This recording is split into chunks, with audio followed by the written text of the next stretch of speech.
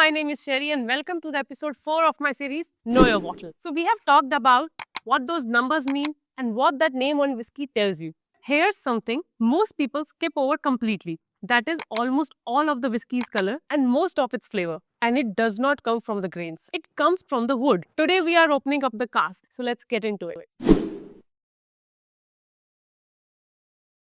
जब whisky barrel के अंदर रखी जाती है तो तीन चीजें होती है। पहला होता है एक्सट्रैक्शन, मतलब स्पिरिट वुड के अंदर जो कंपाउंड होते हैं उनको एब्जॉर्ब करता है, जैसे vanilla, spice and caramel notes. Second step होता है ऑक्सीडेशन, जिसके अंदर स्पिरिट एयर के साथ रिएक्ट करती है थ्रू वुड और अपनी हार्शनेस को खो के स्मूथ हो जाती है। तीसरा होता है इवेपोरेशन, जिसे कहते हैं एंजल शेयर। हर साल बैरल के अंदर से विस्की पोर्स के थ्रू थोड़ी थोड़ी उड़ जाती है, लगभग 2 से 5% क्लाइमेट के according. And the most fascinating fact, angel share भी रीजन टू रीजन वेरी करता है। अब जैसे कि स्कॉटलैंड के कूल और ह्यूमिड क्लाइमेट में अल्कोहल पानी से थोड़ा सा तेज इवेपोरेट होता है, इसलिए पुरानी स्कॉच का एबीवी टाइम के साथ थोड़ा कम होता जाता है। अब जैसे केंटकी, वहां पे थोड़ा सा हॉट और ड्राई क्लाइमेट है, तो वहां पे पानी अल्कोहल से ज्यादा तेज इवेपोरेट होता है, इसीलिए पुरानी बर्बन ज्यादा स्ट्रॉन्ग और इंटेंस हो जाती है। सेम एंजल शेयर बट दो बिल्कुल ऑपोजिट रिजल्ट्स।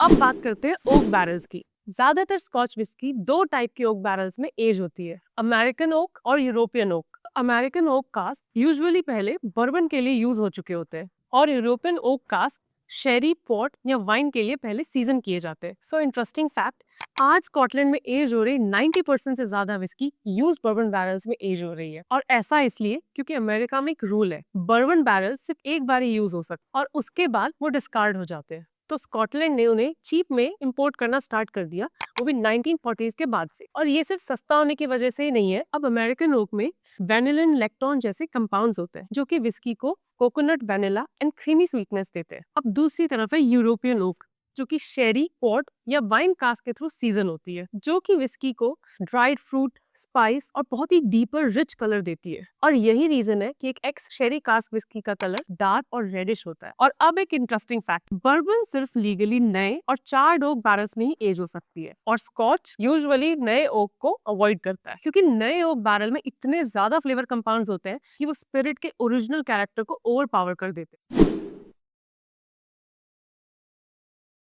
और जब तुम बोलते हो चार्ड ओक, तो इसके भी लेवल्स होते हैं। चार लेवल 1 से लेके चार लेवल 4। अब लेवल 1 सिर्फ 15 सेकंड ही चार होता है और हल्का वैनिला और कैरेमल फ्लेवर देता है। और लेवल 4 होता है 55 सेकंड तक चार, जिसे कहते हैं एलिगेटर चार। ये जब तक चार होता है जब तक बैरल के अंदर का सरफेस क्रैक और पील ना हो जाए, एलिगेटर की स्किन के जैसे। अभी एक्स्ट्रा सरफेस एरिया विस्की को डीप, स्पाइसी और स्मोकी फ्लेवर्स देता है। ज्यादातर अमेरिकन बर्बन्स लेवल 3 या 4 चार यूज करते हैं। सिंगल कास्क, डबल कास्क और ट्रिपल कास्क मैचुरेशन में क्या फर्क है? सिंगल कास्क का मतलब है कि विस्की सिर्फ एक ही बैरल से आई है, बिना किसी और कास्क के साथ मिक्स किए। और डबल कास्क का मतलब है कि विस्की दो अलग अलग कास्क में एज होती है, जैसे कि पहले वो एक एक्स बर्बन कास्क में एज होती है और फिर उसको एक शेरी कास्क में ट्रांसफर करके फिनिश किया जाता है।